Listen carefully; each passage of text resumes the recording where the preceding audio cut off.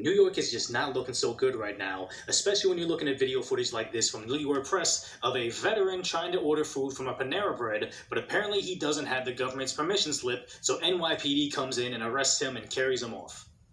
The Constitution of the United States has been violated. I cannot eat. And it'd be one thing if it was just this one video, but we're also seeing this other video angle, which I believe is the same incident in Brooklyn at the Panera Bread from the Christopher Wright show. But look at what this police officer is going to do to an American flag.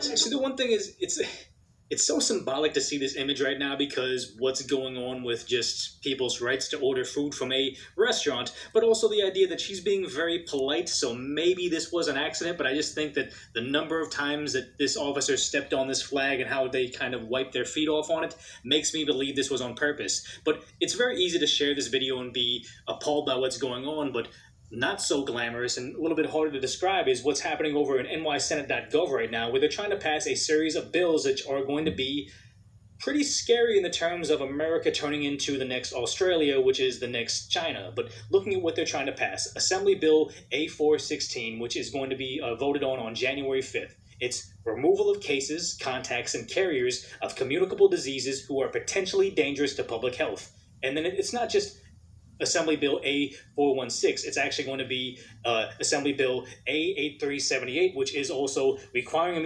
immunization against COVID-19 for attendance at school, and combine that also with Senate Bill S3041, which permitting any child to have administered himself or herself certain immunizations required or recommended by law, meaning to say that they can just get it without the parents' permission. And also you're looking at Assembly Bill A279A, which is requiring healthcare providers who administer immunizations to a person to report such information to the Department of Health or to a regional health information organization, meaning to say that they're going to start to document and gather all your immunization information somewhere, we don't know. And also finally, Assembly Bill A8398, which is saying limiting exemptions from immunization requirements by local governments and private entities to medical exemptions, repealing religious exemptions, meaning to say you're about to lose some religious rights because they want to pass A8398, which is a crazy thing right now. Because what are you looking at?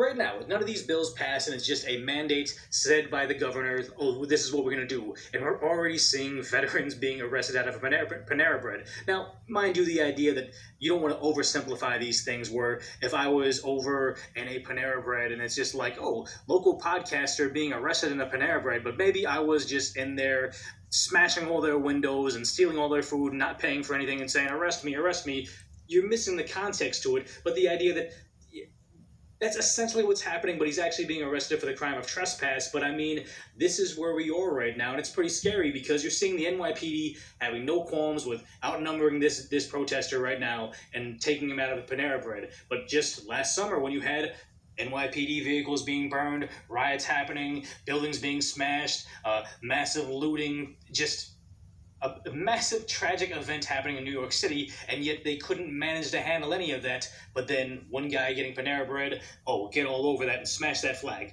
Arrest that veteran, smash that flag, because that's what this has become. It's becoming very, very scary. But I actually wanted to break down Assembly Bill 416 because I think that this actually needs to be looked at closer. And if you're in New York, which I imagine if you're watching my channel, you likely aren't, but maybe this is something you want to contact your local congressperson, because this isn't something that your local state senator, because this is something that I don't think that you want to happen to your state, because it says that it's allowing for the removal of cases, contacts, and carriers of communicable diseases who are potentially dangerous to the public health. So you mean to say potentially dangerous? What disease? What is it? Because they say the removal and detention. And it's also removal and detention. So they're not just going to take you out of society. They're going to detain you somewhere, which is also scary.